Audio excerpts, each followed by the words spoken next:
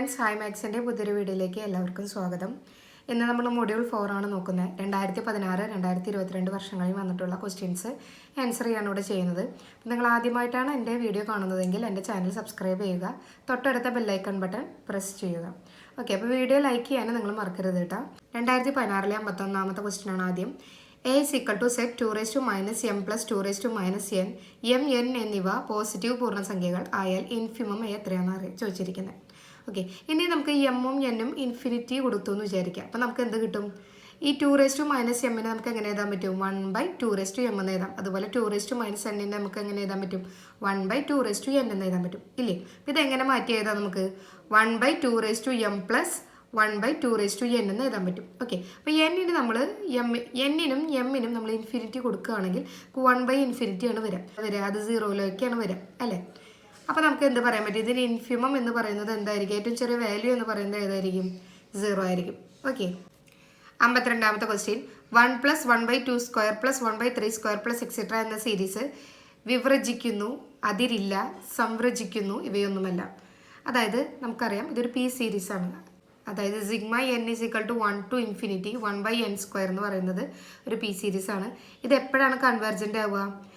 P, അതായത് ഇവിടുത്തെ 2 p > 1 ആവുന്ന കേസിലാണ് ഇത് എന്താവുന്നത്? കൺവേർജൻ്റ് ആവുന്നത്. കൺവേർജൻ്റ് മലയാളമാണ് എന്ത്? സംവ്രജിക്കുന്നു. ഓക്കെ, അപ്പോൾ ഈ സീരീസ് കൺവേർജൻ്റ് ആണ്. അപ്പോൾ നമുക്ക് എന്ത് പറയാം? സംവ്രജിക്കുന്നു എന്നാണ് ഇവിടുത്തെ ഓപ്ഷൻ ശരി. ഓക്കെ, ഇനി 53ാമത്തെ ക്വസ്റ്റ്യൻ.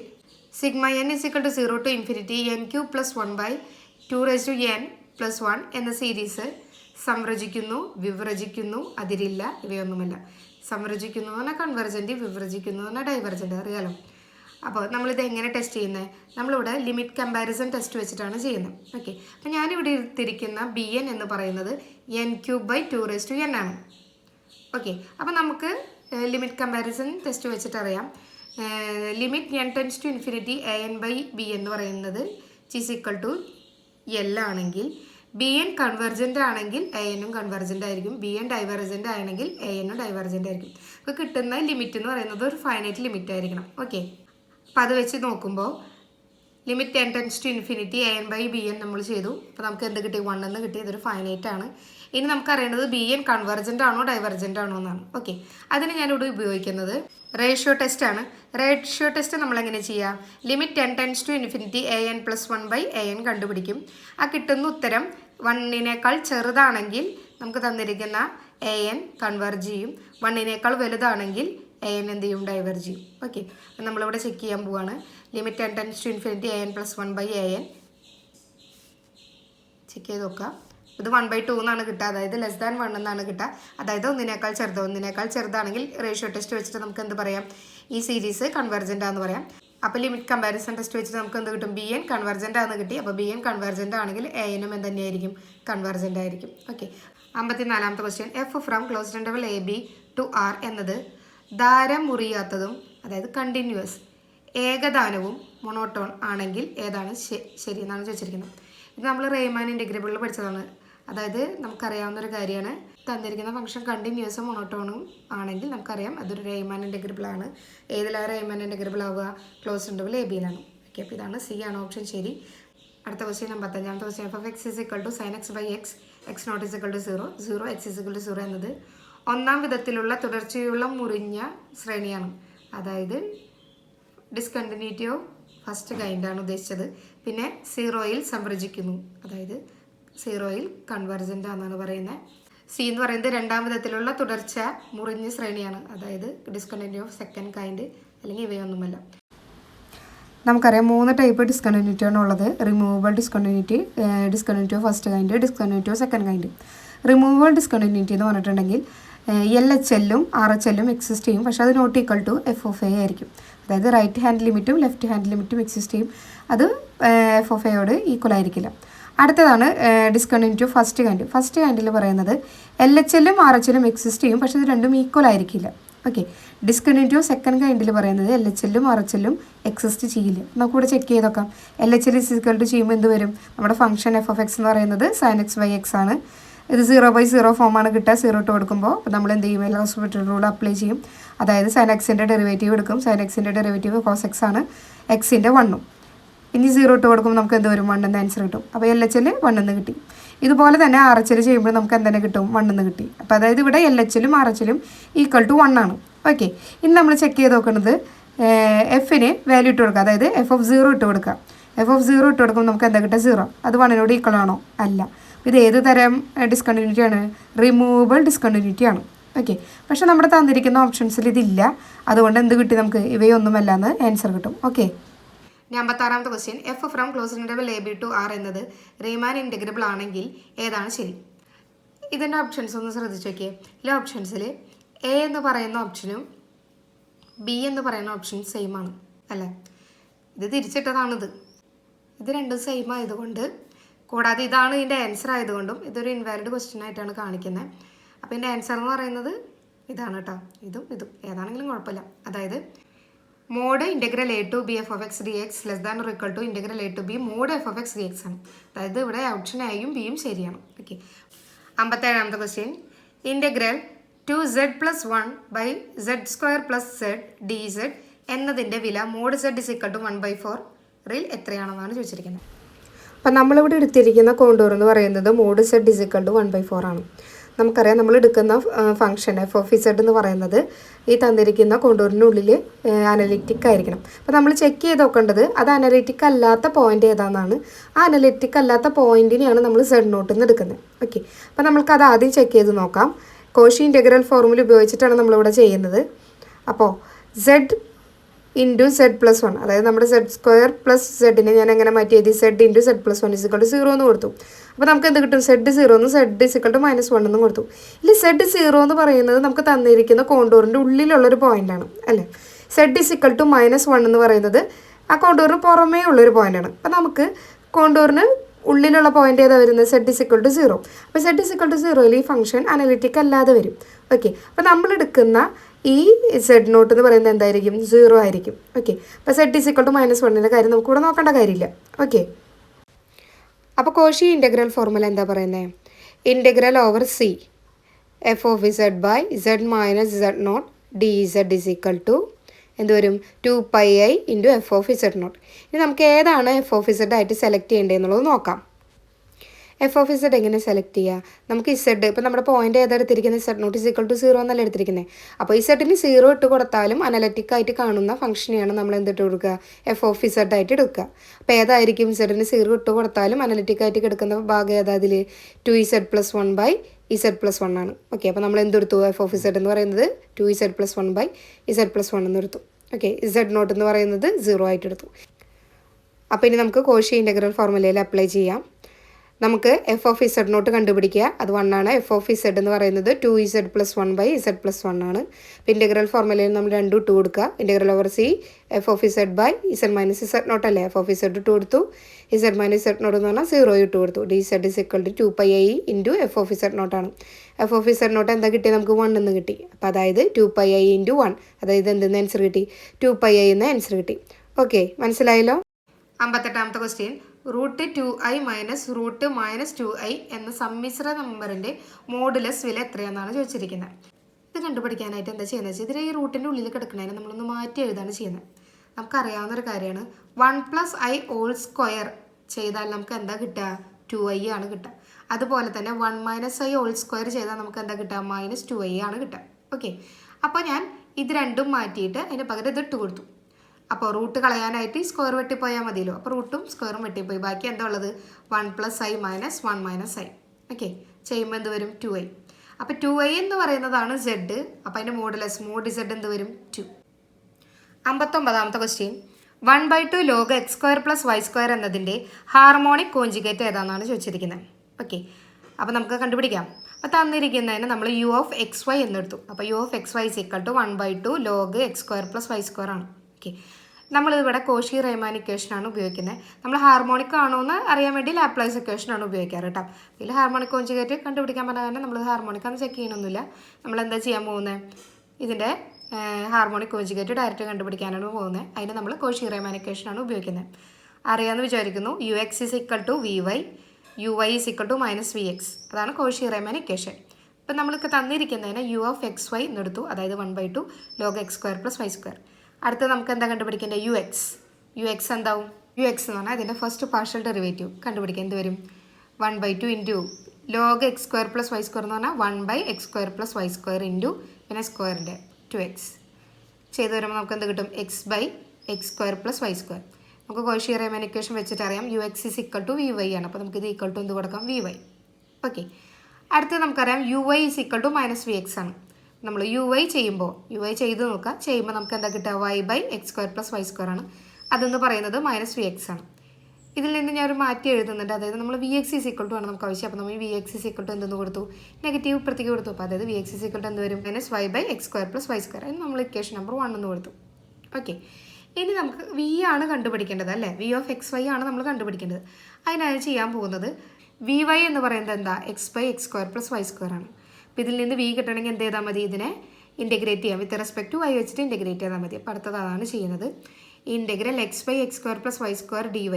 ഓക്കെ, ഇനി ഇൻറ്റഗ്രേറ്റ് ചെയ്യുമ്പോൾ എന്ത് വരും, ഇതിൽ നമ്മൾ വിത്ത് റെസ്പെക്ട് ടു y വെച്ചിട്ടല്ലേ ചെയ്യുന്നത്. അപ്പോൾ നമ്മൾ എക്സിനെ കോൺസ്റ്റൻ്റ് ആയിട്ട് എടുക്കുക. ഓക്കെ, നമ്മൾ കോൺസ്റ്റൻറ്റ് വരുന്ന ഇൻറ്റഗ്രേഷൻ നമ്മൾ പഠിച്ചിട്ടുണ്ടായിരുന്നു. അതായത് 1/a square plus X square D X എന്ന് പറയുന്നത് എങ്ങനെയായിരുന്നു, 1/a tan ഇൻവേഴ്സ് x/a ആയിരുന്നു അല്ലേ. ഓക്കെ, അപ്പോൾ അതാണ് ഇവിടെ ഉപയോഗിക്കുന്നത്. അവിടുത്തെ എക്സിന് പകരം ഇവിടെ വൈയും അവിടുത്തെ എക്ക് പകരമാണ് ഇവിടെ എക്സും. ഓക്കെ, അപ്പോൾ അങ്ങനെ മാറ്റിയിട്ട് കൊടുക്കുക. ഓക്കെ, പിന്നെ കൂടാണ്ട് ഇവിടെ ഒരു എക്സ് ഉണ്ട് കേട്ടോ, കോൺസ്റ്റൻ്റ് ആയതുകൊണ്ട് നമുക്ക് പുറത്തേക്ക് എടുക്കാം. അപ്പോൾ എന്തായി എക്സ് ഇൻറ്റു 1/a അല്ലേ വരാത്. അപ്പോൾ എക്ക് പകരം ഇവിടെ എക്സ് ആണ്. അപ്പോൾ 1/x into tan inverse x/a ആണ്. എക്സിന് പകരം ഇവിടെ എന്താ കിടക്കുന്നത് y. അപ്പോൾ tan inverse y/x plus c of X. എക്സിൻ്റെ ആണ് നമുക്കൊരു കോൺസ്റ്റൻറ്റ് കിട്ടാം. ഓക്കെ, ഇനി നമുക്ക് അടുത്തത് ആവശ്യം ഈ സി ഓഫ് എക്സ് എന്താണെന്ന് കണ്ടുപിടിക്കലാണ്. അതിനെന്താ ചെയ്യുന്നത് വെച്ചാൽ ഈ വീനെ വിത്ത് റെസ്പെക്ട് ടു എക്സ് വെച്ചിട്ട് പാർഷ്യൽ ഡെറിവേറ്റീവ് കണ്ടുപിടിക്കും. ഓക്കെ, അപ്പോൾ ഇതിൻ്റെ പാർഷ്യൽ ഡെറിവേറ്റീവ് എടുക്കുകയാണെങ്കിൽ എന്ത് സംഭവിക്കും, ഡോ/x ഓഫ് ടാൻ ഇൻവേഴ്സ് ഈ എക്സും എക്സും വെട്ടിപ്പോയിട്ടാ, അതുകൊണ്ടാണ് ഇവിടെ ബാക്കി എന്തുള്ളത് tan inverse y/x plus c of x. Okay, tan inverse y/xൻ്റെ പാർഷ്യൽ ഡെറിവേറ്റീവ് എടുത്താൽ നമുക്ക് കിട്ടുക -y/x square plus y square എന്നാണ്. പ്ലസ് ഇതിൻ്റെ ഡെറിവേറ്റീവ് എടുക്കുമ്പോൾ എന്ത് വരും c'(x). അതിന് നമ്മൾ ഇക്വേഷൻ നമ്പർ 2 എന്നിട്ടു. ഇനി നമ്മൾ ചെയ്യുക ഈ 1ഉം 2ഉം കമ്പയർ ചെയ്യും. 1ഉം 2ഉം കമ്പയർ ചെയ്യുമ്പോൾ ഈ സൈഡിൽ രണ്ടിൻ്റെയും vx ആണ്. ഇവിടെ -y/x square plus y square എന്ന് പറഞ്ഞ ടേം മാത്രമേ ഉള്ളൂ. ഇവിടെ ആ ടേമും പ്ലസ് c'(x) ഉണ്ട്. അതിൻ്റെ അർത്ഥം എന്താ, ഇവിടെ c'(x) എന്ന് പറയുന്നത് 0 ആണ്. അപ്പോൾ അതിൽ നിന്ന് സി ഓഫ് എക്സ് നമുക്ക് എന്ത് കിട്ടും, ഒരു കോൺസ്റ്റൻ്റ് ആണ് കിട്ടും. അതായത് വി ഓഫ് എക്സ് വൈ എന്ന് പറയുന്നത് എന്ത് കിട്ടും, tan inverse y/x plus c എന്ന് കിട്ടും. ഓക്കെ, 60ാമത്തെ question, mod z-1 plus mod z+1 ≤ 4 പ്രതിനിധീകരിക്കുന്ന ആർഗൻ്റെ ഡയഗ്രത്തിൻ്റെ മേഖല ഏതാണ്. എലിപ്സിൻ്റെ ഉൾഭാഗം, എലിപ്സിൻ്റെ പരിധി അടക്കമുള്ള ഉൾഭാഗം, വൃത്തത്തിൻ്റെ പുറംഭാഗം, ഇവയൊന്നുമല്ല. ഇത് ≤ 4 അല്ലേ. അപ്പോൾ എന്താ വരിക, എലിപ്സിൻ്റെ പരിധി അടക്കമുള്ള ഉൾഭാഗമാണ് വരിക. ഓക്കെ, എന്തായാലും അതൊരു വൃത്തത്തിൻ്റെ ഇക്വേഷൻ അല്ല നമുക്കറിയാം. ഇനി 2022 നോക്കുന്നത്. 43ാമത്തെ ക്വസ്റ്റ്യൻ, ചുവടെ കൊടുത്തിരിക്കുന്നവയിൽ ക്ലോസ്ഡ് ഇൻ്റർവൽ 0-1 ഇൻറ്റഗ്രബിൾ ആവാത്തത് ഏതെന്നാണ് ചോദിച്ചിരിക്കുന്നത്. നമുക്കറിയാം A continuous function on A closed interval is Riemann integrable. Okay, ഒരു ഫംഗ്ഷൻ കണ്ടിന്യൂസ് ആണെങ്കിൽ അത് റൈമാൻ ഇൻറ്റഗ്രബിൾ ആവും. നമുക്കറിയാം എക്സ് കണ്ടിന്യൂസ് ആണ്, എക്സ് സ്ക്വയർ കണ്ടിന്യൂസ് ആണ്, അതായത് പോളിനോമിയൽ ഫംഗ്ഷൻസ് എല്ലാം കണ്ടിന്യൂസ് ആണ്. മോഡ് എക്സും കണ്ടിന്യൂസ് ആണ്. അപ്പോൾ ഇതുകൊണ്ട് നമുക്ക് എന്ത് പറയാൻ പറ്റും, ഇതെല്ലാം കണ്ടിന്യൂസ് ആയതുകൊണ്ട് ഇതെല്ലാം റൈമാൻ ഇൻറ്റഗ്രബിൾ ആണ്. അപ്പോൾ അതല്ലാത്തത് ഏതാ, ഇവയൊന്നുമല്ല. ഓക്കെ, ഇനി 45, എൻ എന്നത് എണ്ണൽ സംഖ്യകളുടെ ഗണമാണെങ്കിൽ എന്നിൻ്റെ ഇൻറ്റീരിയർ എന്താണെന്നാണ് ചോദിച്ചത്. എന്താണ് ഇൻറ്റീരിയർ? ഇൻറ്റീരിയർ പോയിൻറ്റ്സിൻ്റെ സെറ്റിനെയാണ് നമ്മൾ ഇൻറ്റീരിയർ എന്ന് പറയുന്നത്. ഓക്കെ, നമുക്ക് അറിയാം എന്നിന് ഇൻറ്റീരിയർ പോയിൻറ്റ്സ് ഇല്ല. അപ്പോൾ എന്നിന് ഇൻറ്റീരിയർ പോയിൻറ്റ്സ് ഇല്ലെങ്കിൽ അതിനങ്ങനെ ഒരു സെറ്റ് എടുത്താൽ അതിൽ എത്ര എലമെൻറ്റ്സ് ഉണ്ടാവും, എലമെൻറ്റ്സ് ഉണ്ടാവില്ല. അതായത് 5 ആണ് കിട്ടുക. അടുത്ത ക്വസ്റ്റ്യൻ, എൻ എന്നത് എണ്ണൽ സംഖ്യകളുടെ ഗണമാണെങ്കിൽ എന്നിൻ്റെ ക്ലോഷർ എന്താണ്. ക്ലോഷർ എന്ന് പറഞ്ഞാൽ ലിമിറ്റ് പോയിൻറ്റ്സിൻ്റെ സെറ്റിനെയാണ് ക്ലോഷർ എന്ന് പറയുന്നത്. എന്നിൻ്റെ ലിമിറ്റ് പോയിൻറ്റ്സിൻ്റെ സെറ്റ് എടുത്താൽ അത് n തന്നെയാണ് കിട്ടുക. ഓക്കെ, അപ്പോൾ ഇവിടെ ആൻസർ എന്താ വരിക, n. ഇൻറ്റീരിയർ എടുത്താൽ 5ഉം ലിമിറ്റ് പോയിൻറ്റ്സ് എടുത്തിട്ടുണ്ടെങ്കിൽ അതായത് ക്ലോഷർ എടുത്താൽ നമുക്ക് എന്താ കിട്ടുക, n-മാണ് കിട്ടുക. തെറ്റരുത് കേട്ടോ. 47ാമത്തെ ക്വസ്റ്റ്യൻ, xn+1 = 1/2 xn + 2/xn-ഉം x1 = 1 ആണെങ്കിൽ ഏതാണ് ശരി. അതായത് എല്ലാ എക്സനുകളും ലിമിറ്റ് എക്സനുകളും ഭിന്നസംഖ്യ, അതായത് റേഷണൽ നമ്പർ ആയിരിക്കും. എല്ലാ എക്സനുകളും ഭിന്നസംഖ്യയും ലിമിറ്റ് എക്സൻ അഭിന്ന സംഖ്യയും ആയിരിക്കും. എല്ലാ എക്സനുകളും അഭിന്ന സംഖ്യയും ലിമിറ്റ് എക്സൻ ഭിന്നസംഖ്യയും ആയിരിക്കും. എല്ലാ എക്സനുകളും ലിമിറ്റ് എക്സനും അഭിന്ന സംഖ്യയായിരിക്കും. നമുക്ക് ആദ്യം തന്നെ n-ന് ഓരോ വാല്യൂസ് ഇട്ട് കൊടുക്കാം. x1 എന്ന് പറഞ്ഞാൽ 1 ആണ്, x2 എന്ന് പറഞ്ഞാൽ നമുക്ക് മുകളിൽ തന്നിരിക്കുന്ന ക്വസ്റ്റ്യൻ വെച്ചിട്ട് എങ്ങനെ എഴുതാൻ പറ്റും? x1 + 1, അതായത് നമ്മൾ അതിൽ അക്വേഷനിൽ അപ്ലൈ ചെയ്യുമ്പോൾ നമുക്ക് എന്ത് കിട്ടും? 3/2 എന്ന് കിട്ടും. ഓക്കെ, x3 എന്ന് പറഞ്ഞാൽ എന്ത് കിട്ടും? x2 + 1, അതായത് നമുക്ക് ചെയ്ത് വരുമ്പോൾ 17/12 എന്ന് കിട്ടും. ഈ നമ്പേഴ്സൊക്കെ എന്താണ്? ഇതെല്ലാം റാഷണൽ നമ്പേഴ്സാണ്. അപ്പോൾ നമുക്ക് എന്ത് കിട്ടി? എക്സെന്നുകളെല്ലാം റാഷണൽ നമ്പറാന്ന് കിട്ടി. ഇനി നമുക്ക് അതിൻ്റെ ലിമിറ്റാണ് കണ്ടുപിടിക്കേണ്ടത്. ഓക്കെ, നമുക്കറിയാം if a sequence xn converges to a limit L, then limit n tends to infinity xn + 1 is equal to limit n tends to infinity xn is equal to L. അതായത് സീക്വൻസ് xn എല്ലിലായിട്ടാണ് കൺവേർജ് ചെയ്യുന്നതെങ്കിൽ sequence xn + 1 എല്ലിലോട്ടായിരിക്കും converge ചെയ്യുക.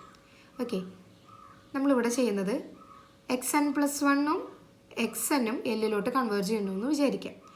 അങ്ങനെയാണെങ്കിൽ നമുക്ക് തന്നിരിക്കുന്ന ഇക്വേഷനിൽ xn + 1 പകരം എല്ലും xn പകരം എല്ലിട്ട് കൊടുക്കാം. ഓക്കെ, ലിമിറ്റ് എക്സിസ്റ്റ് ചെയ്യേണ്ടത് നമ്മൾ വിചാരിച്ചു, ആ ലിമിറ്റുകൾ നമ്മളിൽ ഇട്ട് കൊടുത്തു. നമുക്ക് ചെയ്ത് വരുമ്പോൾ L² = 2 എന്ന് കിട്ടും. അതായത് L = ലിമിറ്റ് എന്താ കിട്ടുന്നത് നമുക്ക്? +or - √2 എന്ന് പറഞ്ഞാൽ എന്ത് നമ്പറാണ്? ഒരു ഇറാഷണൽ നമ്പറാണ്. ഇവിടെ x1 1 ആണ്, >0 ആണ്. പിന്നെ കിട്ടിയിട്ടുള്ള എല്ലാ വാല്യൂസും നമുക്ക് എന്താ കിട്ടിയിരിക്കുന്നത്? >0 ആണ്.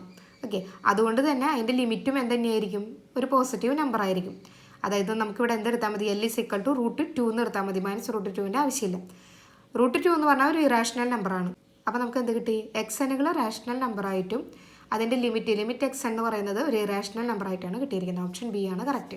48ാമത്തെ ക്വസ്റ്റ്യൻ, സിഗ്മ cos 1/n എന്ന ശ്രേണി വിവ്രജിക്കുന്നു, സംവ്രജിക്കുന്നു, കൂടാതെ 0 സംവ്രജിക്കുന്നു, കൂടാതെ 1 സംവ്രജിക്കുന്നു, ഇതൊന്നുമല്ല. ഓക്കെ, നമ്മൾ ഉപയോഗിക്കുന്നത് ഇവിടെ ഡൈവേർജൻറ്റ് ടെസ്റ്റാണ്. ഓക്കെ, എന്താണ് ഡൈവേർജൻസ് ടെസ്റ്റിൽ പറയുന്നത്? If limit n tends to infinity an not equal to 0 or if the limit does not exist, sigma an diverges. Okay, limit 0 അല്ല, അല്ലെങ്കിൽ ലിമിറ്റ് എക്സിസ്റ്റ് ചെയ്യുന്നില്ലെങ്കിൽ ആ സീരീസ് എന്തായിരിക്കും? അത് ഡൈവേർജൻ്റ് ആയിരിക്കും. ഓക്കെ, അപ്പോൾ നമുക്ക് ടെസ്റ്റ് ചെയ്ത് നോക്കാം. എ എന്ന് പറഞ്ഞാൽ എന്താ? cos 1/n ആണ്. Limit n tends to infinity an എടുക്കുക, limit n tends to infinity cos 1/n. എന്നിന് ഇൻഫിനിറ്റി കൊടുത്താൽ നമുക്കിത് 0 കിട്ടും. cos 0 എന്ന് പറയുന്നത് 1 ആണ്, not equal to 0 ആണ്. അതിനർത്ഥം എന്താ? തന്നിരിക്കുന്ന ശ്രേണി ഡൈവേർജൻ്റ് ആണ്. ഡൈവേർജൻ്റ് എന്ന് പറഞ്ഞാൽ വിവ്രജിക്കുന്നു. ഓക്കെ, 49ാമത്തെ question, closed interval 0-1 Riemann integrable അല്ലാത്തത് ഏത്? Signum function closed interval 0-1 continuous ആണ്, അത് റൈമാൻ ഇൻ്റഗ്രബിൾ ആണ്. mod x കണ്ടിന്യൂസ് ആണ്, അത് റൈമാൻ ഇൻ്റഗ്രബിൾ ആണ്. ഇനി നമുക്കിത് ചെക്ക് ചെയ്ത് നോക്കാം. പറയാം ഇത് തന്നിരിക്കുന്ന ഫംഗ്ഷൻ കണ്ടിന്യൂസ് അല്ല, ഇത് കണ്ടിന്യൂസ് അല്ല, അപ്പോൾ ഇത് റൈമാൻ ഇൻ്റഗ്രബിൾ അല്ല. ഓക്കെ, അടുത്ത ക്വസ്റ്റ്യൻ, x = 1/√2 തുടരേകതം അല്ലാത്തത് ഏത്? അതായത് കണ്ടിന്യൂസ് ഫംഗ്ഷൻ അല്ലാത്തത് ഏതെന്നാണ് ചോദിക്കുന്നത്. മുന്നത്തെ ക്വസ്റ്റ്യൻ്റെ അതേ ഓപ്ഷൻസ് ആണ് തന്നിരിക്കുന്നത്. 1/√2 എന്ന് പറയുന്നത് ക്ലോസ് ഇൻ്റർവൽ 0-1 ഉള്ളൊരു നമ്പറാണ്. നമുക്കറിയാം close interval 0-1 sigma function continuous ആണ്, mod x കണ്ടിന്യൂസ് ആണ്. അപ്പോൾ ഇത് രണ്ടും കണ്ടിന്യൂസ് ആണെന്ന് കിട്ടി. നമുക്കറിയാം 0-1 ഇത് കണ്ടിന്യൂസ് അല്ല എന്നറിയാം. ഇനി നമുക്ക് ഈ പോയിന്റിൽ കണ്ടിന്യൂസ് ആണോ എന്ന് ചെക്ക് ചെയ്ത് നോക്കണം. എന്താ കാരണം? If a function is not continuous on in the closed interval, it may not be continuous at every point within that interval. അതായത് ക്ലോസ്ഡ് ഇൻ്റർവെല്ലിൽ ഇത് കണ്ടിന്യൂസ് അല്ല, പക്ഷേ ചിലപ്പോൾ അതിൻ്റെ ഉള്ളിലെ പോയിന്റ്സിൽ കണ്ടിന്യൂസ് ആവാം. അപ്പോൾ നമുക്ക് കണ്ടിന്യൂസ് ആണോ എന്ന് ചെക്ക് ചെയ്ത് നോക്കാം. നമുക്കറിയാം f(x) എന്ന് പറയുന്നത് എന്ത് വരും? f(1/√2). അതെന്നാൽ എന്താ വരിക? 1/√2 ഒരു പോസിറ്റീവ് നമ്പറാണ്, ഇതൊരു അഭിന്നക നമ്പറാണ് അല്ലേ? അതായത് ഇതൊരു ഇറാഷണൽ നമ്പറാണ്. ഇതൊരു ഇറാഷണൽ നമ്പർ ആയതുകൊണ്ട് നമുക്ക് എന്ത് കിട്ടും? -x. സി ആണ് നമ്മൾ ചെക്ക് ചെയ്ത് നോക്കുന്നത്. ഇവിടെ ഓപ്ഷൻ സി ആണ് കറക്റ്റ് ആൻസർ. അപ്പോൾ അത് ചെക്ക് ചെയ്ത് നോക്കുകയാണ്. അപ്പോൾ ഇത് കിട്ടിയാൽ -1/√2 എന്ന് കിട്ടി. ഓക്കെ, ആദ്യം നമ്മൾ LHL എടുത്ത് നോക്കുകയാണ്. ഓക്കെ, നമുക്കറിയാം 1/√2ൻ്റെ ലെഫ്റ്റ് ഹാൻഡ് ലിമിറ്റ് എടുക്കുമ്പോൾ അതിൽ റാഷണൽ നമ്പേഴ്സും വരും, ഇറാഷണൽ നമ്പേഴ്സ് വരും.